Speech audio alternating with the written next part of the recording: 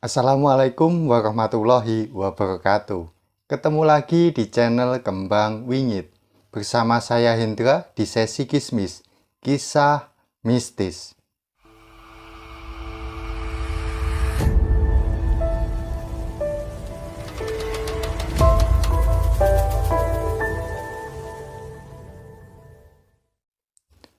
Pada video kali ini, saya akan menceritakan sebuah cerita horor yang dibagikan di media sosial Twitter @VickyZulf.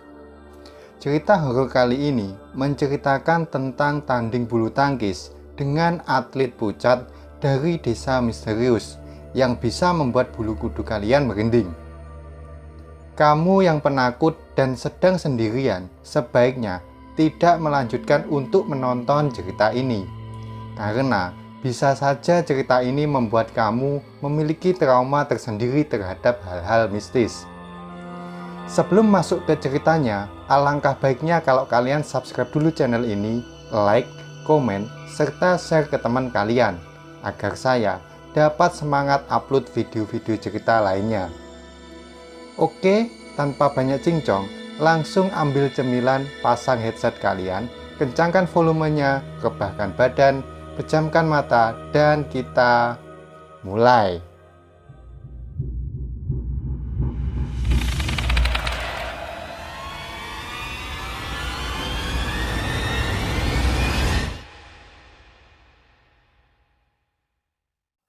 Seleksi tim provinsi untuk Pekan Olahraga Nasional akan dimulai 1 bulan lagi.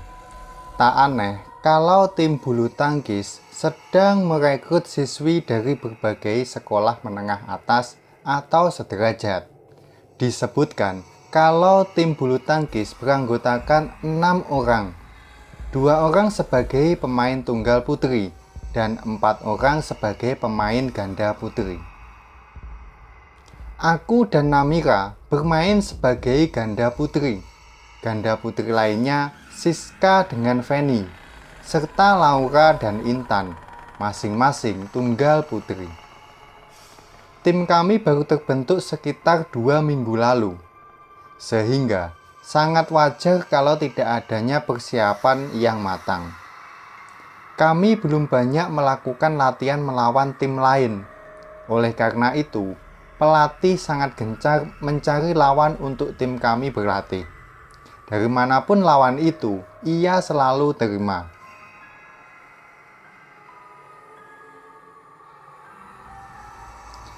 Sampai seminggu yang lalu, kami mendapat secari undangan tanpa kop dan tanpa amplop yang diketik menggunakan mesin tik. Pada surat itu, tercantum nama pihak penyelenggara, yaitu tim bulu tangkis desa berikut nomor kontak panitianya. Pak Beni, pelatih kami, menerima undangan tersebut di meja kantornya. Perlu diketahui, Pak Beni bertugas di Kementerian Pemuda dan Olahraga Kabupaten. Langsung saja ia menanyakan kepada rekan-rekannya perihal pengirim undangan tersebut. Namun, tak satu pun rekannya, bahkan staf manapun, tidak mengetahui pengirim tersebut.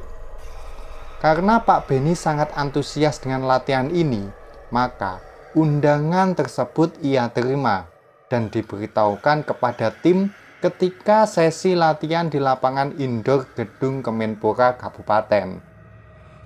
Pak Beni memberitahukan tim bahwa minggu depan akan dilakukan pertandingan di desa Minton yang tak terlalu jauh dari tempat latihan, sekitar 1 jam. Sedikit informasi kalau desa ini dinamakan Minton karena warganya gemar bermain badminton.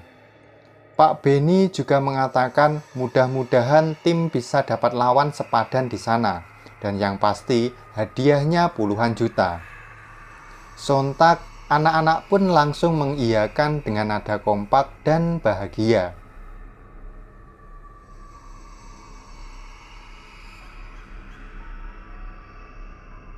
Singkat cerita, hari keberangkatan tiba. Kami berangkat dari kantor Kemenpora Kabupaten pukul 1 siang menggunakan sebuah mobil Luxio milik Pak Benny yang juga dia kendarai. Kami tiba di pertigaan jalan menuju Desa Minton.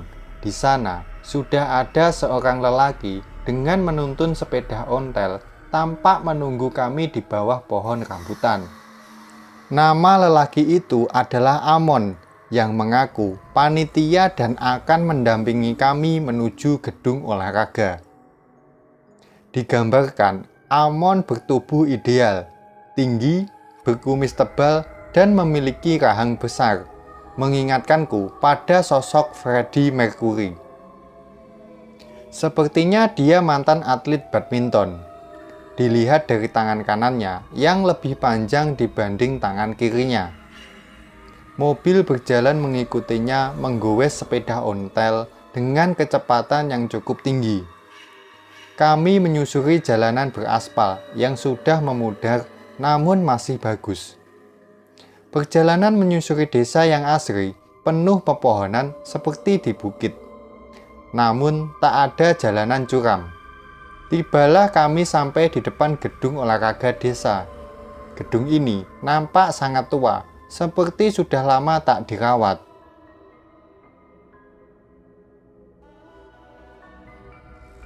Terdapat satu pintu kayu yang sudah lapuk, yang kehilangan pasangannya di sebelah kirinya. Dindingnya banyak bekas pilok, berlumut di sana-sini. Tempat parkirnya pun hanya sebidang tanah yang ditumbuhi semak belukar, ilalang, dan tanaman liar. Bahkan mobil kami hampir tak bisa parkir. Suasana nampak sepi, hanya mobil kami yang terparkir gagah. Tidak nampak sepeda motor maupun mobil lain, seperti tak ada tanda kehadiran seorang pun di sana. Setelah sampai, Amon meminta kami segera masuk untuk bersiap-siap dan melakukan pemanasan. Saat masuk ruangan itu, sudah disesaki penonton. Nyaris tak ada tempat kosong. Mereka tampak berbincang-bincang, berbagai kalangan usia, nampak semua di sini. Aneh, di sini sangat ramai dan nyaring, namun tak terdengar suara apapun dari luar. Di dalam gedung, sama seperti gedung olahraga pada umumnya, terdapat lapangan badminton beserta netnya.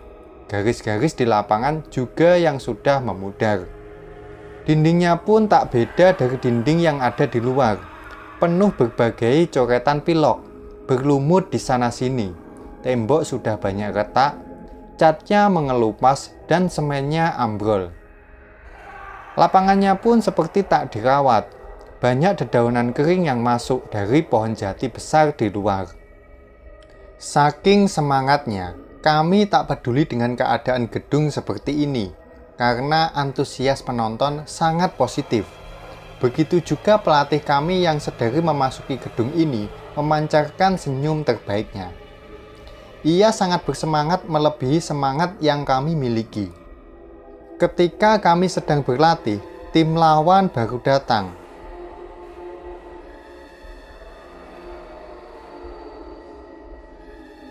Jumlahnya sama dengan kami. Mereka akan melawan kami dengan sesi yang berbeda. Keenam siswi tersebut terlihat berwajah pucat. 5 orang dengan rambut panjang sebahu, dan 1 orang berambut pendek seperti laki-laki.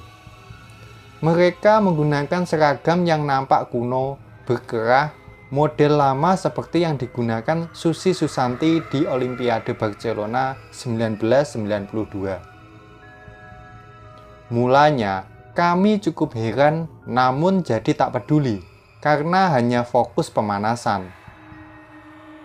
Sebelum pertandingan, Amon memberitahu kami jika ada penonton yang berteriak atau tertawa sangat kencang, tak perlu dihiraukan.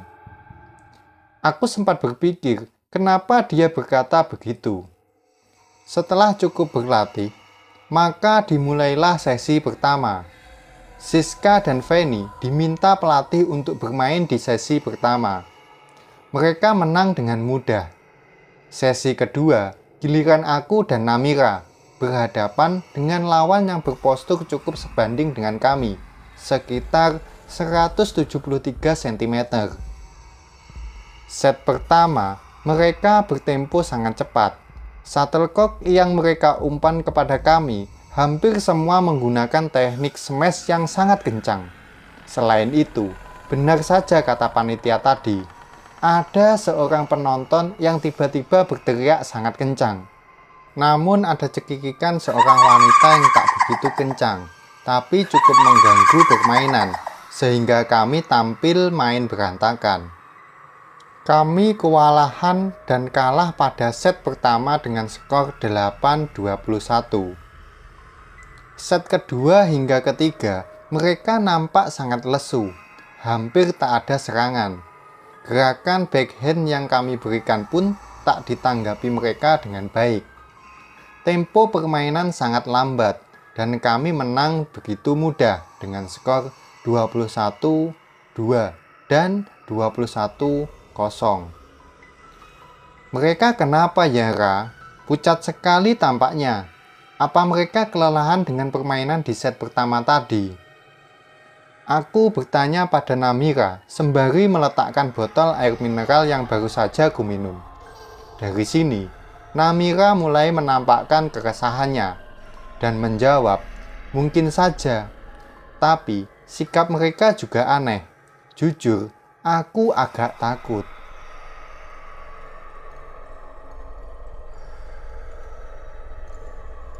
Menjelang sesi ketiga yang akan dimainkan Laura, Amon menghampiri kami dan berkata, pertandingan telah usai. Kami yang menjadi juaranya. Penonton sangat riuh, kacau, banyak yang berteriak dan menghentak-hentakkan kaki. Tak lama Amon buru-buru membawa kami keluar gedung. Kemudian, suara-suara itu tak lagi terdengar. Senyap. Hanya desiran angin menerpa ilalang yang terdengar. Amon meminta satu tas perlengkapan yang kami bawa untuk dikosongkan agar uang hadiah bisa dimasukkan. Ia meminta maaf, mengaku tak menyediakan tas ataupun rekening untuk memberikan hadiah. Ia kembali masuk ke dalam gedung, lalu keluar dengan tas yang nampak sudah berisi. Amon memberikan tas itu pada Pak Benny dan bilang jangan dibuka di sini. Nanti saja kalau rekan-rekan sudah tiba di kantor. Pak Benny begitu riang. Ia berterima kasih. Lalu kami pun kembali memasuki mobil dan meninggalkan gedung tanpa didampingi Amon.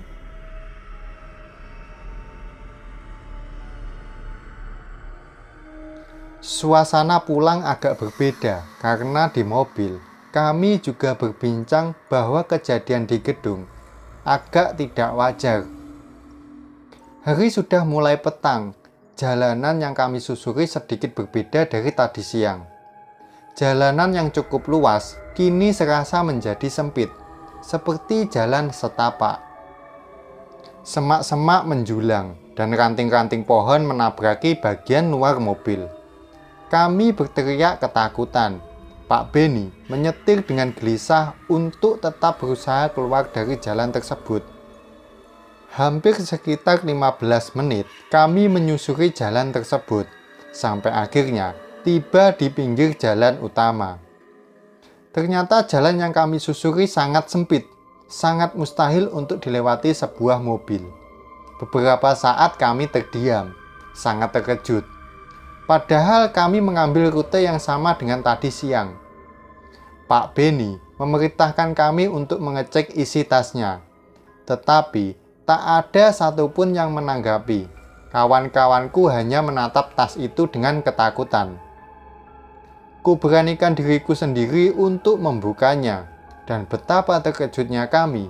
Tas itu berisi daun-daun jati kering seperti yang tadi berserakan di lapangan. Cerita pun selesai.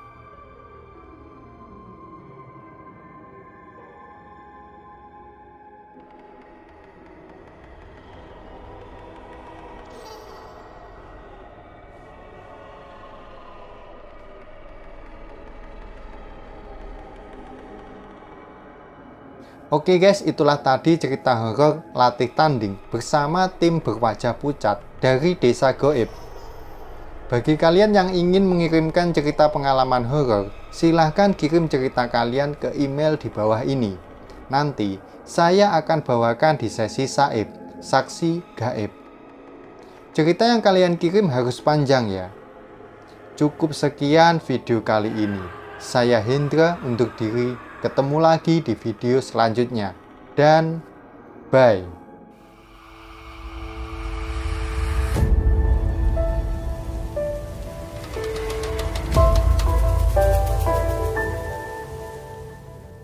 Assalamualaikum warahmatullahi wabarakatuh. Ketemu lagi di channel Kembang Wingit. Bersama saya Hendra di sesi Kismis, kisah mistis.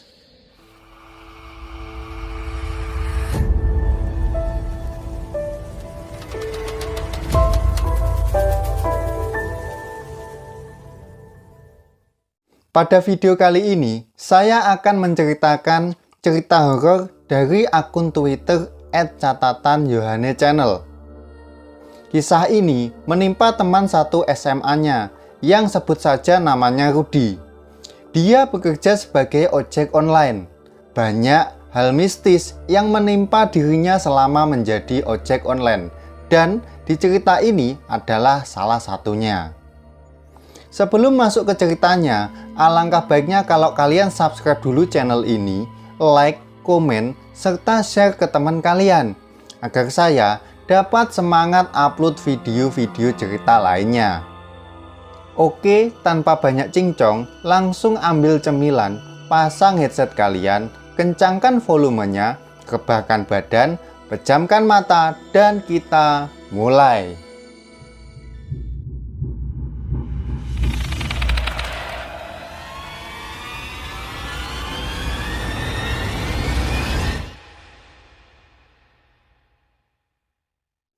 Kejadian dari cerita ini bermula saat Rudi mendapatkan tawaran sebuah pekerjaan baru di Pulau Dewata, Bali. Saat itu, Rudi pun langsung menanyakan kejelasan tentang pekerjaan apa yang akan dia jalani selama berada di Pulau Bali. Secara singkat, Rudi dijelaskan akan bekerja sebagai driver ojek online. Tanpa berpikir panjang, Rudi langsung bergegas menuju ke Pulau Bali.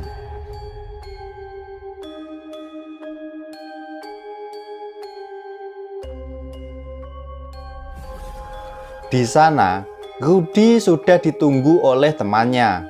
Ia disediakan kos guna sebagai tempat tinggal Rudi selama berada di Bali.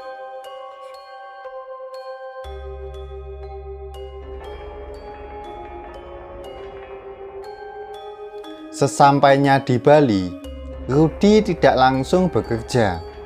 Ia harus menjalani berbagai tahap tes hingga akhirnya ia lolos dan bisa bekerja sebagai driver ojek online di salah satu perusahaan. Seminggu berlalu, Rudi masih saja belum memutuskan untuk bekerja. Di sana Rudi hanya berkeliling di pasar sembari menghafalkan ruas-ruas jalan di sana. Setelah hafal, Rudi memulai pekerjaannya dengan mengantar salah satu mahasiswi dari universitas di sana. Lanjut setelah itu, Rudi mulai terbiasa dengan pekerjaan barunya itu. Hingga suatu ketika, Rudi mendapatkan orderan makanan, di mana orderan tersebut berjumlah sangat banyak. Setelah makanan selesai dipesan, Rudi pun akhirnya langsung bergegas mengantarkan makanan itu ke tempat tujuan. Jalan demi jalan telah ia lalui, hingga tempat yang dituju telah ditemukan. Tapi anehnya, ternyata tempat tujuan orderan itu adalah sebuah rumah kosong.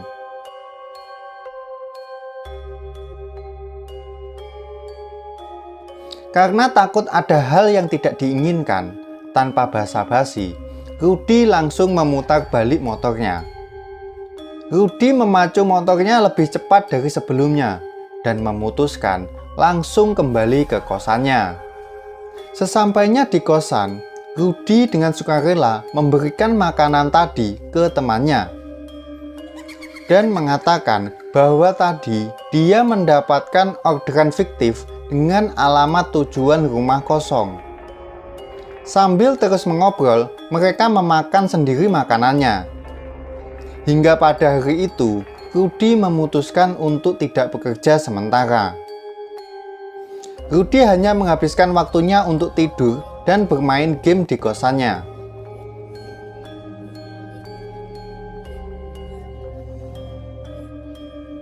Keesokan harinya, Rudy kembali bekerja karena dirasa hatinya sudah tenang. Hingga sore, semua berjalan dengan lancar. Rudy terus mengaktifkan aplikasinya. Allahu Akbar, Allahu Akbar. Saat azan maghrib tiba, dia mendapatkan orderan makanan lagi. Tanpa berpikir lama-lama, Rudy langsung menerima orderan tersebut dan bergegas menuju ke restoran yang dituju. Alamat tujuan sudah ketemu. Rudy turun dari sepedanya. Dia pun memanggil-manggil orang yang ada di dalam rumah tersebut. Karena tidak ada jawaban, Rudy akhirnya melihat sekeliling sambil mencari bel. Rudy mencari di mana bel rumah itu sembari mencoba menghubungi pemesannya. Tak lama kemudian, Rudy menemukan bel rumahnya di pojok dekat gerbang. Rudy pun menghampiri bel rumah tersebut dan menekannya hingga terdengar suara dari dalam. Ternyata telepon Rudy sudah diangkat dan mendengar suara wanita menanyakan keberadaan Rudy. Rudy memberitahu kalau dirinya sudah berada di depan rumahnya. Lantas, wanita tersebut menjawab akan segera keluar rumah. Akhirnya Rudy mencoba menunggu. Tidak lama Rudy menunggu, pemilik rumah sudah keluar. Wanita cantik sekitar umur 20-an, memakai kaos lengan pendek dan hot pants.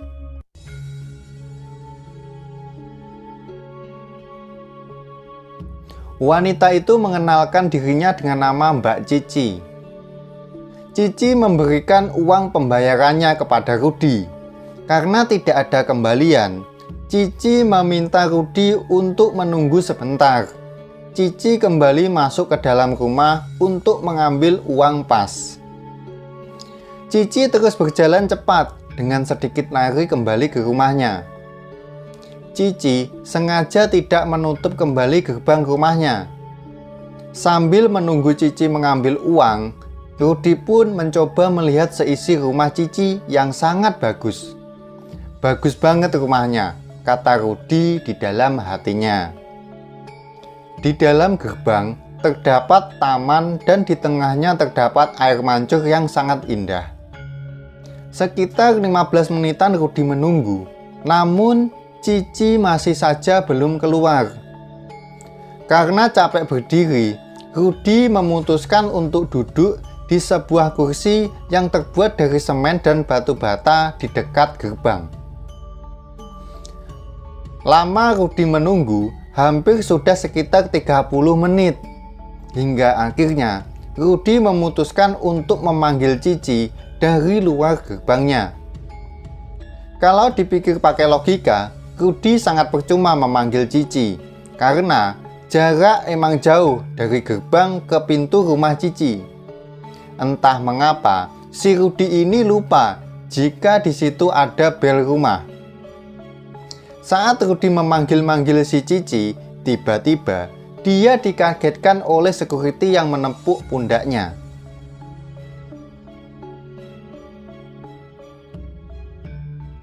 Security itu bertanya, "Masnya ngapain manggil-manggil orang di dalam sana?"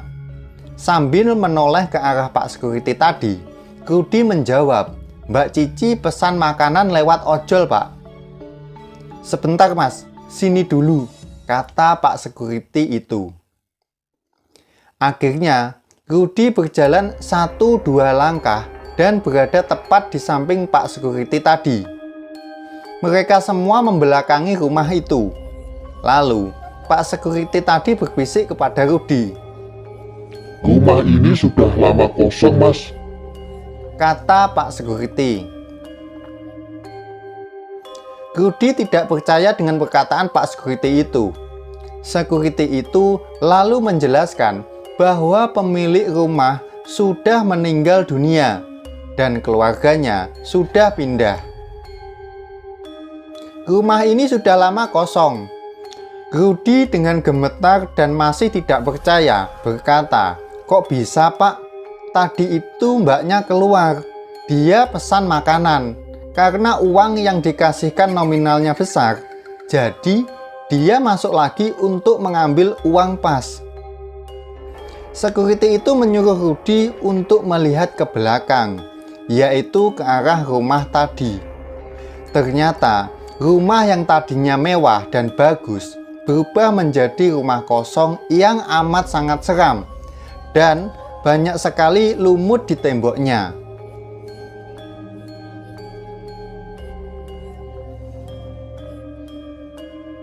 Rudy semakin lemas dibuatnya. Rudy bertanya kepada security itu, "Lalu tadi siapa, Pak?" Security itu tak menjawab dan menyuruh Rudy ikut bersamanya ke pos agar dirinya lebih tenang dahulu.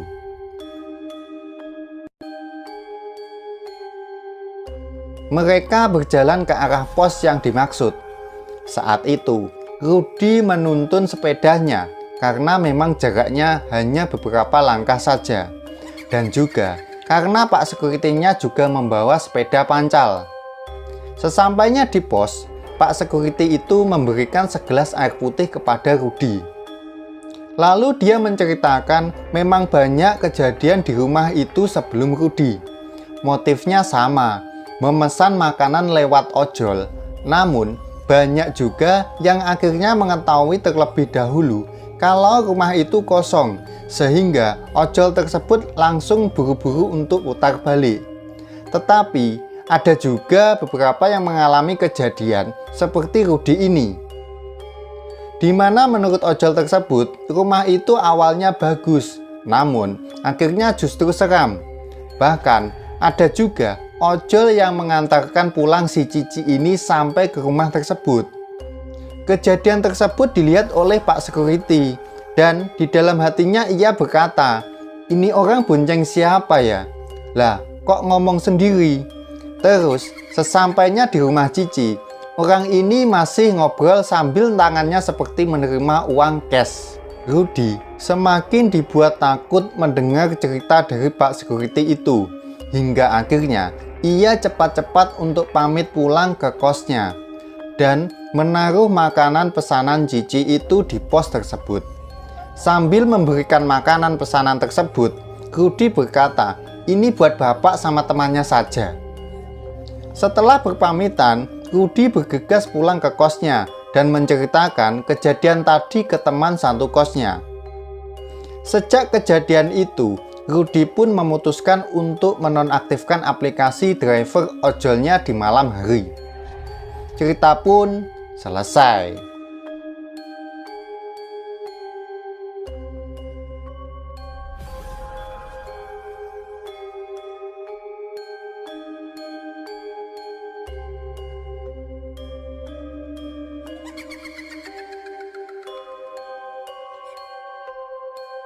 Oke guys, itulah tadi cerita Rudy yang menerima orderan fiktif dari hantu penunggu rumah kosong. Bagi kalian yang ingin mengirimkan cerita pengalaman horor, silahkan kirim cerita kalian ke email di bawah ini ya. Nanti saya akan bawakan di sesi Saib, Saksi Gaib. Cerita yang kalian kirim harus panjang ya. Cukup sekian video kali ini, saya Hendra undur diri.